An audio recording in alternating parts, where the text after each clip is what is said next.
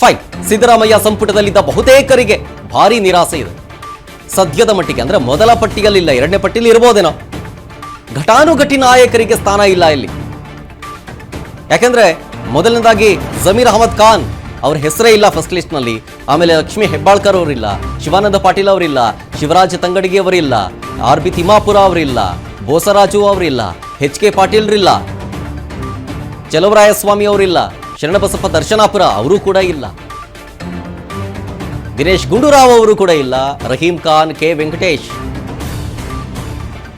HC ಮಹಾದೇವಪ್ಪನವರು, SS Mallikarjun ಎಲ್ಲರೂ ಸಿದ್ದರಾಮಯ್ಯನವರ ಆಪ್ತರು ಅಂತ ಕೇಳಲಾಗುವಂಥ ಘಟಾನುಘಟಿ ನಾಯಕರು.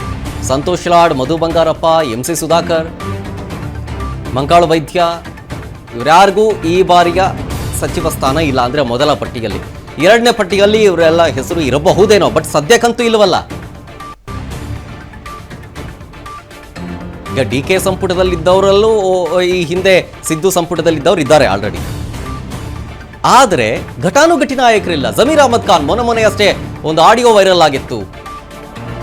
ಅವ್ರ ಮೇಲೆ ಪಕ್ಷ ವಿರೋಧಿ ಚಟುವಟಿಕೆಯ ಕ್ರಮ ಆಗಬೇಕು ಅನ್ನೋ ಆಗ್ರಹವೂ ಕೂಡ ಕೇಳಿ ಬಂದಿತ್ತು. ದಾವಣಗೆರೆ ದಕ್ಷಿಣ ಕ್ಷೇತ್ರದ ಎಲೆಕ್ಷನ್ ಸಂದರ್ಭದಲ್ಲಿ ಪಕ್ಷ ವಿರೋಧಿ ಚಟುವಟಿಕೆ ಮಾಡಿದರ ಬಗ್ಗೆ ಒಂದು ಆಡಿಯೋ ಇದೆ ಎನ್ನಲಾದಂತಹ ಒಂದು ಆಡಿಯೋ ವೈರಲ್ ಆಗಿತ್ತು ಸಿಕ್ಕಾಪಟ್ಟೆ. ಆಗ ಕಾಂಗ್ರೆಸ್ನ ಮುಖಂಡರು ಹೈಕಮಾಂಡ್ ನಾಯಕರ ಗಮನಕ್ಕೆ ತಂದು ಅವ್ರ ಮೇಲೆ ಆಕ್ಷನ್ ಆಗಬೇಕು ಅಂತ ಹೇಳಿ ಬಹಳ ಒತ್ತಾಯವನ್ನು ಹೇರಲಾಗಿತ್ತು. ಸೊ ಮೋಸ್ಟ್ ಪ್ರಾಬಬ್ಲಿ ಈ ಒಂದು ವಿಚಾರದಿಂದ ಮೊದಲ ಪಟ್ಟಿಯಲ್ಲೇ ಅವರ ಹೆಸರನ್ನ ಕೈ ಬಿಟ್ಟಿರಬಹುದು ಹೈಕಮಾಂಡ್ ನಾಯಕರು ಜಮೀರ್ ಅಹಮದ್ ಖಾನ್ ಅವರದ್ದನ್ನು.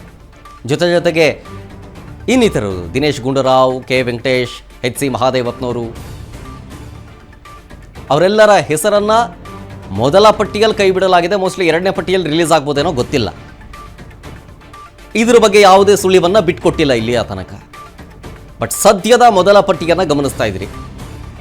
DK ಶಿವಕುಮಾರ್ ಒಟ್ಟಿಗೆ 13 ಜನ ಸಚಿವ ಸ್ಥಾನವನ್ನು ಪಡೆದುಕೊಳ್ತಾ ಇದ್ದಾರೆ. ಯಾರ್ಯಾರು ಅಂತ TV ಸ್ಕ್ರೀನ್ನ ಬಲಭಾಗದಲ್ಲಿ ಗಮನಿಸ್ತಾ ಇದ್ದೀರಿ.